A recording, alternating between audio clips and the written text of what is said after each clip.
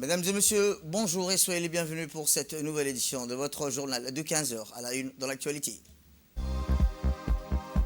À la une dans l'actualité nationale, une première discussion pour un futur plus numérique.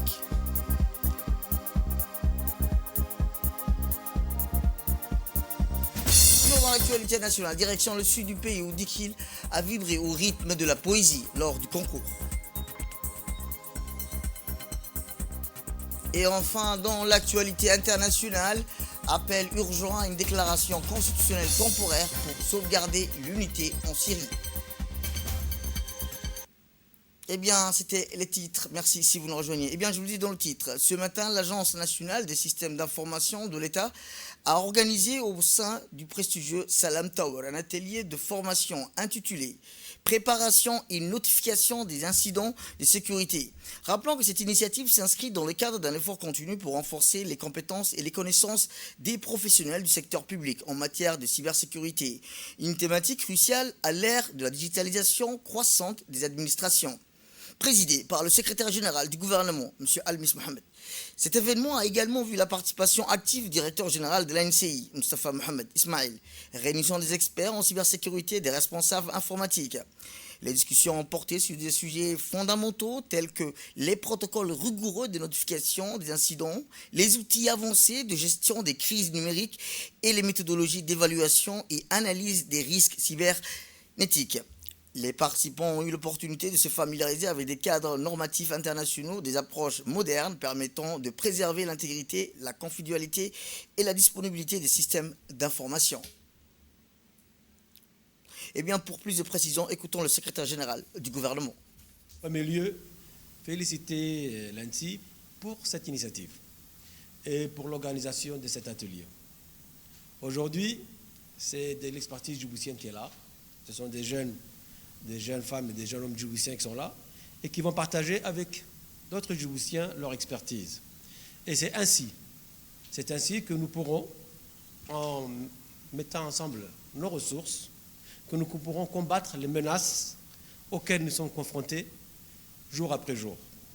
Ces menaces, ce sont des menaces qui ont trait à la cybersécurité, et ces menaces, elles sont omniprésentes. Tous les jours, nous voyons donc des attaques.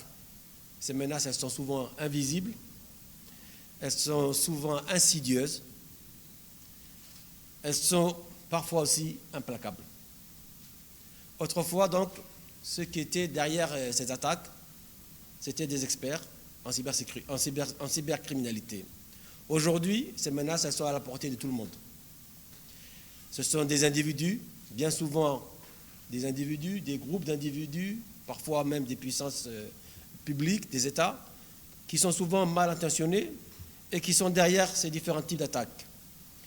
Nous n'avons plus besoin d'avoir des expertises particulières pour pouvoir aujourd'hui devenir un cybercriminel. Et à travers maintenant la révolution que nous voyons dans l'intelligence artificielle, qui est d'abord source de promesses, mais aussi qui permet aussi de former des gens sur des nouvelles attaques. Et ces attaques qui sont de plus en plus difficiles à détecter et qui, entre les mains de cybercriminels, peuvent faire des dégâts importants. Aujourd'hui, donc, comme je l'ai souligné, nous avons aboli les frontières.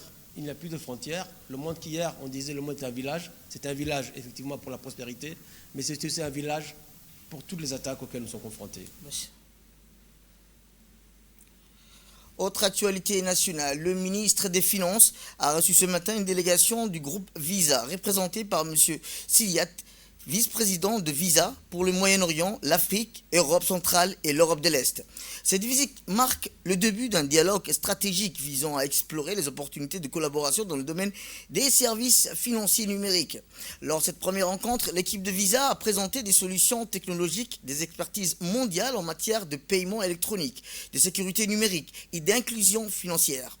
Ces propositions s'inscrivent dans une dynamique mondiale qui favorise la transition vers une économie sans cash et soutient le développement des infrastructures digitales modernes. Le ministre des Finances a souligné l'intérêt du gouvernement à renforcer les partenariats avec les acteurs internationaux de premier plan comme Visa.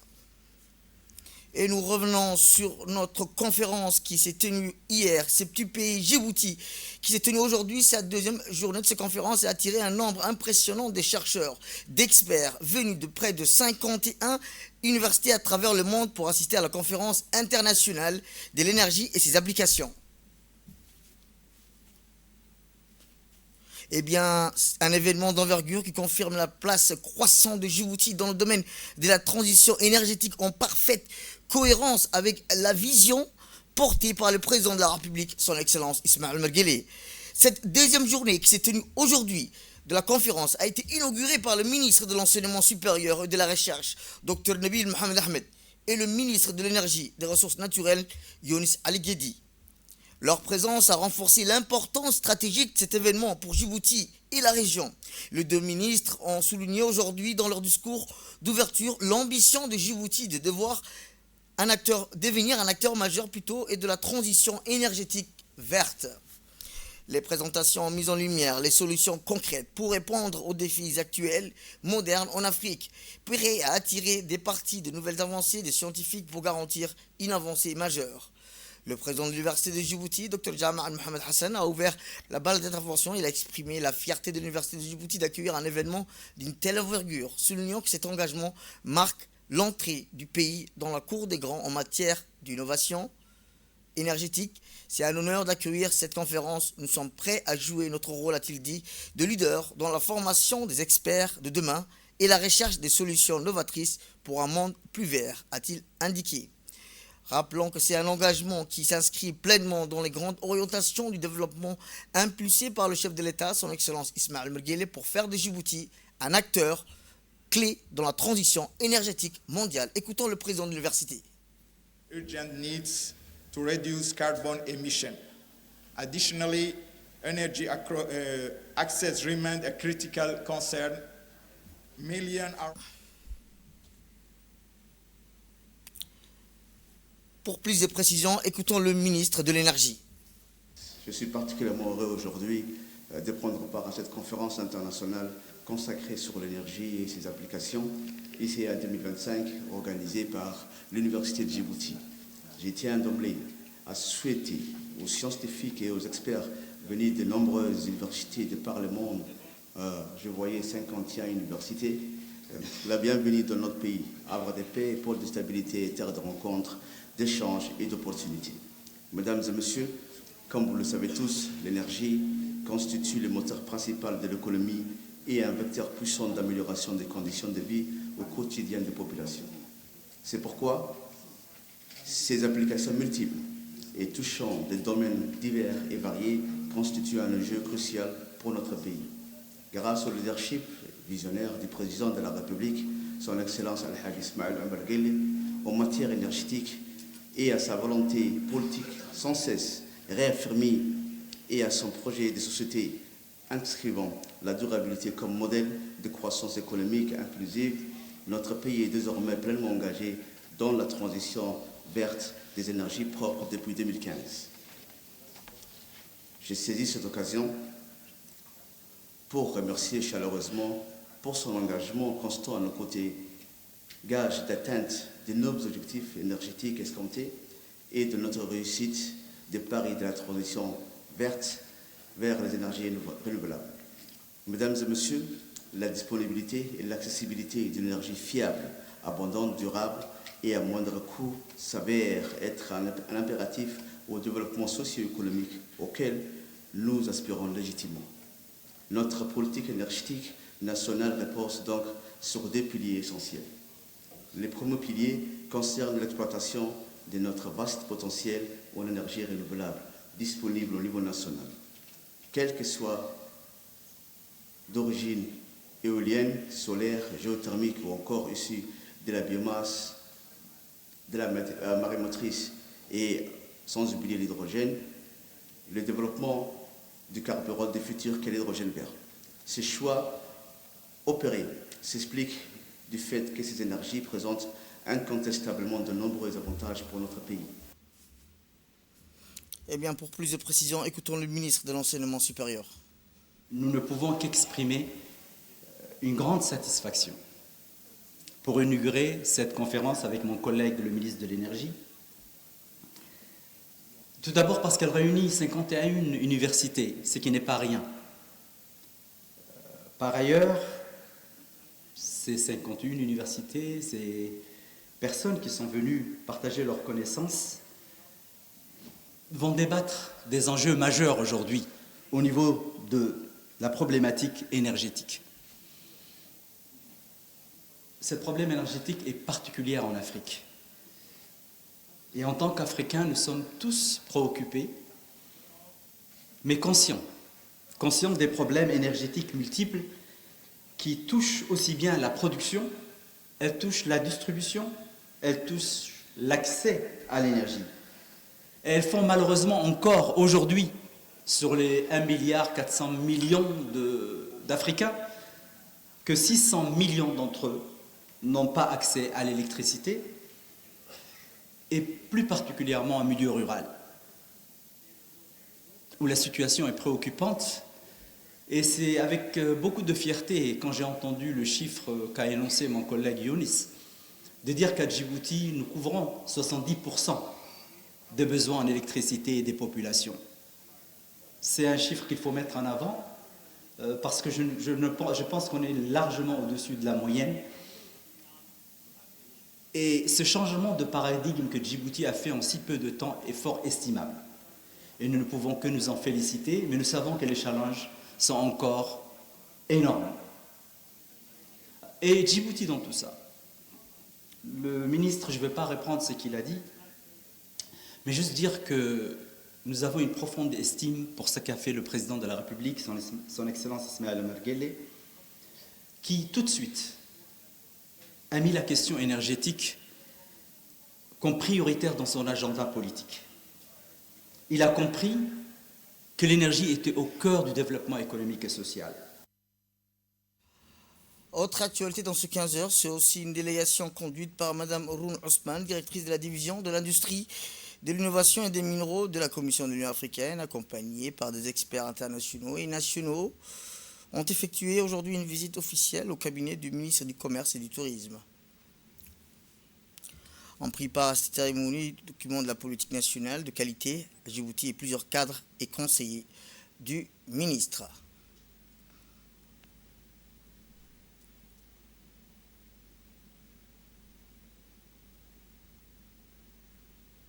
Afin de soutenir les efforts des pays africains dans le développement et le renforcement de leur infrastructure qualité, l'Union africaine, en collaboration avec les institutions panafricaines de la qualité, PACI, et avec le soutien des partenaires au développement, coordonne les activités du projet d'assistance aux pays membres dans leur effort d'alignement de leur politique qualité avec la politique qualité de l'Afrique, adoptée par le sommet de l'Union africaine qui a eu lieu en 2022 à Niamey, le sommet sur l'industrialisation et la diversification économique, auquel vous avez participé, absolument, Monsieur le ministre, en présence de certains de vos collaborateurs qui sont avec vous aujourd'hui.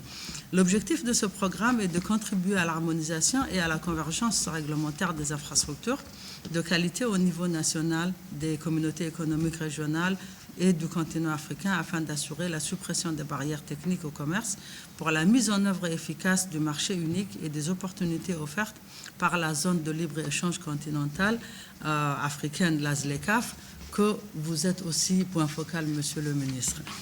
Je remercie vivement la République de Djibouti de s'être lancée dans la mise en place d'une infrastructure nationale qualité solide en créant des structures de normalisation et de promotion de la qualité et d'avoir été parmi les premiers pays qui ont bénéficié de cette assistance pour développer la politique nationale qualité.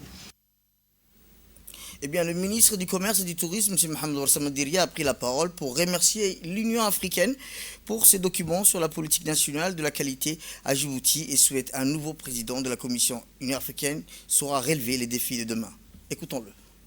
C'est avec un grand honneur que nous accueillons aujourd'hui la remise officielle du projet de politique nationale de la qualité de Djibouti, élaboré sous la supervision de l'Union africaine. Je tiens à exprimer ma profonde gratitude à l'Union africaine pour son engagement stratégique et son engagement et son accompagnement indéfectible on va faire de l'industrialisation et de la compétitivité des économies africaines.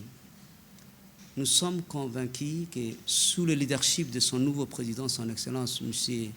Mahmoud Ali Youssouf, que cette institution relèvera de nouveaux défis plus grands.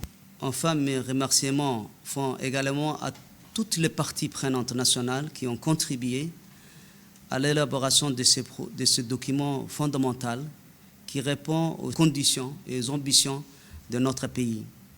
Djibouti, autant que hub logistique et commercial majeur en Afrique de l'Est, se doit de garantir la qualité des produits qui transitent et sont commercialisés sur son territoire.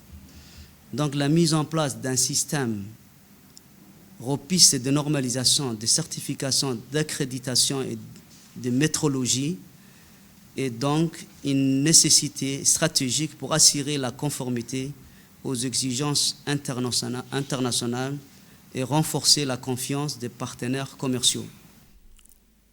Direction l'hôtel Campeski, où un atelier de clôture consacré au projet englobé dans le cadre du programme Adil 1, sous le patronage du ministre délégué chargé de la décentralisation, M. Qassim Haroub Ali. Cet événement marquait non seulement la fin du cycle d'initiatives majeures financées par ces programmes, mais également une étape décisive dans la trajectoire de développement local et institutionnel du pays.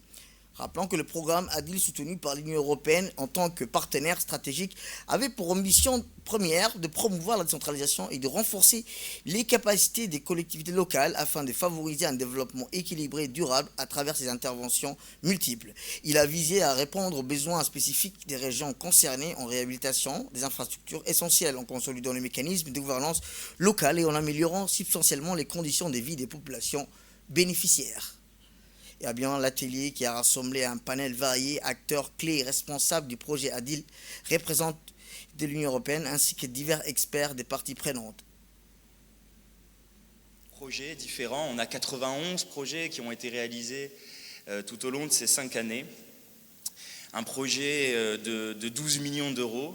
Et ça, c'est grâce non seulement à des institutions, mais c'est aussi grâce à des personnes que je souhaiterais remercier lors de ce discours.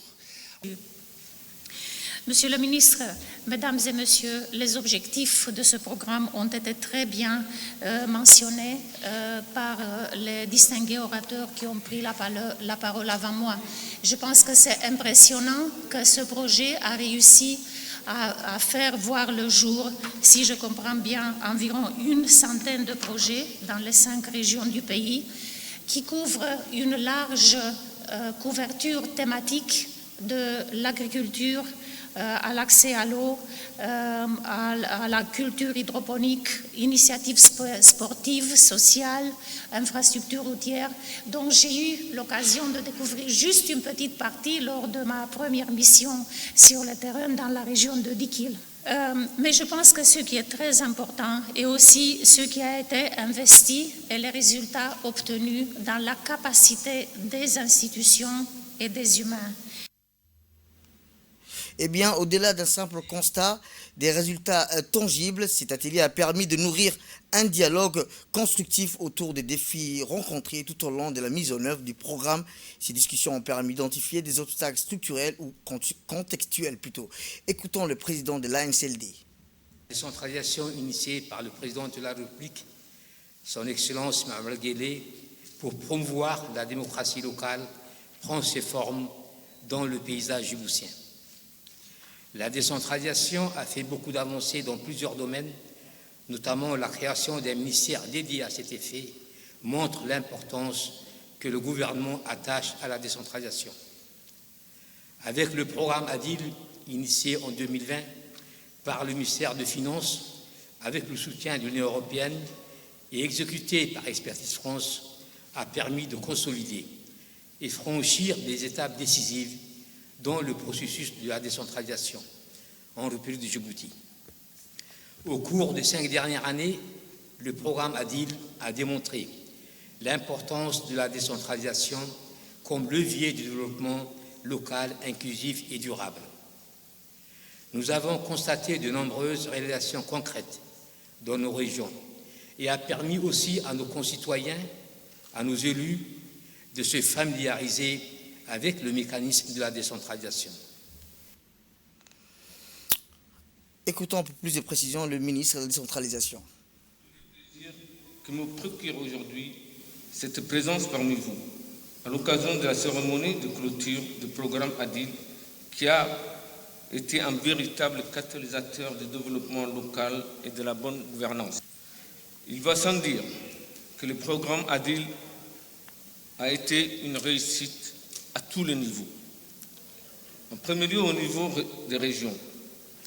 Le projet a mis en place un système local de gouvernance en accompagnant les initiatives des acteurs locaux, notamment celles de conseils régionaux, dans leur rôle de maîtrise d'ouvrage et de planificateurs de développement à la base.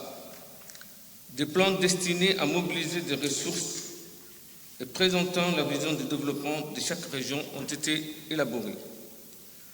Près d'une centaine de projets ont été financés et ont impacté positivement sur les conditions de vie des populations. Un cadre organisationnel avec des processus de travail a été mis en place pour la gestion et le suivi des projets d'investissement. Au niveau central, une collaboration rapprochée avec les ministères délégués chargés de la décentralisation pour renforcer les stratégies, la coordination des politiques et les synergies institutionnelles. La contribution ADIL a apporté des compétences techniques nécessaires pour impulser et piloter le processus de réforme en matière de décentralisation. Une nouvelle feuille de route a été élaborée qui trace les orientations stratégiques pour mettre en œuvre la décentralisation. Le travail que nous avons mené a contribué directement à la vision stratégique et politique du président de la République, son Excellence Ismaïl Omar Guelleh, qui n'a ménagé aucun effort pour soutenir le développement des régions et le processus de renforcement de la gouvernance locale dans le but de bâtir une société plus moderne, plus équitable et résiliente.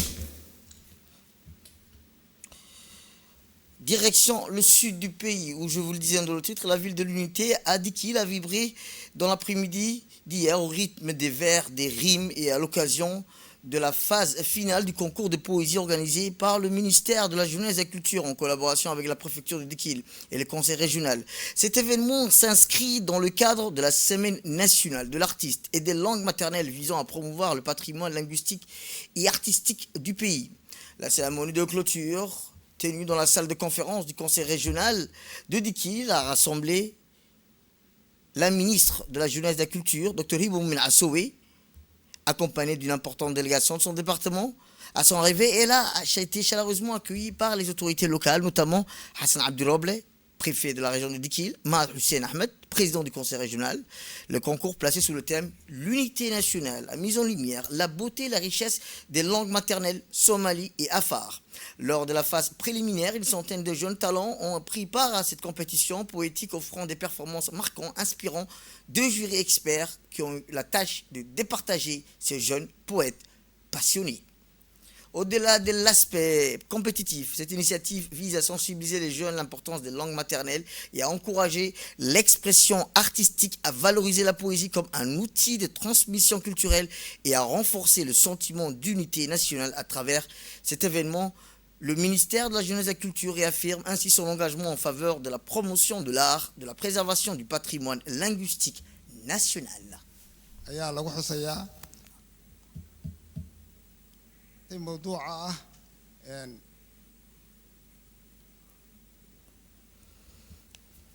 Dans son allocution, la ministre de la Jeunesse et de la Culture a insisté sur l'importance pour la jeunesse et de s'approprier pleinement leur langue maternelle, de la maîtrise et d'en explorer toutes les subtilités.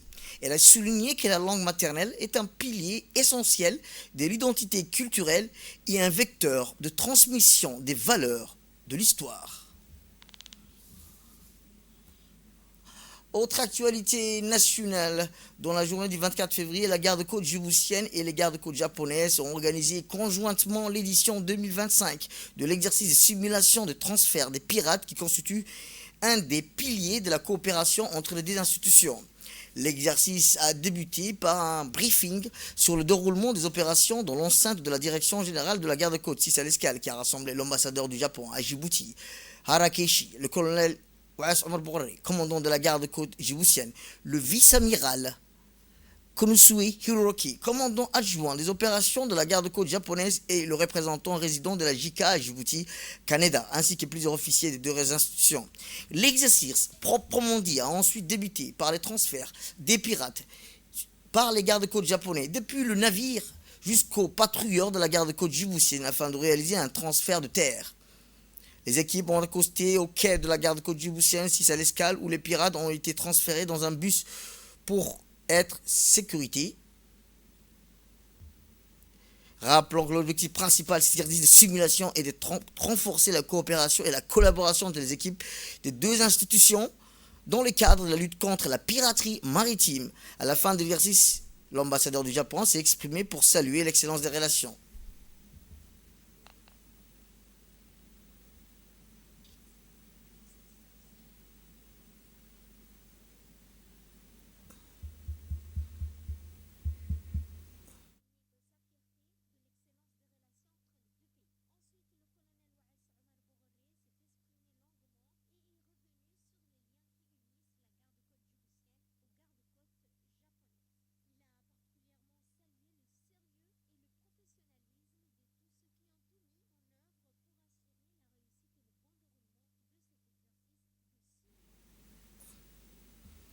Eh bien, à la fin de l'exercice, l'ambassadeur du Japon à Djibouti s'est exprimé pour saluer l'excellence des relations entre la République de Djibouti et le Japon et a confié son appréciation du professionnel exemplaire déployé par les deux institutions dans l'organisation et l'exécution de cet exercice de simulation de transfert des pirates. Écoutons-le.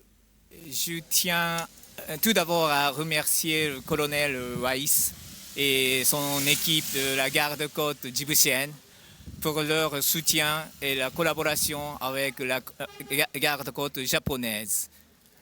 Cette fois-ci, je suis très heureux de pouvoir assister au 10e exercice d'escorte des pirates arrêtés en mer.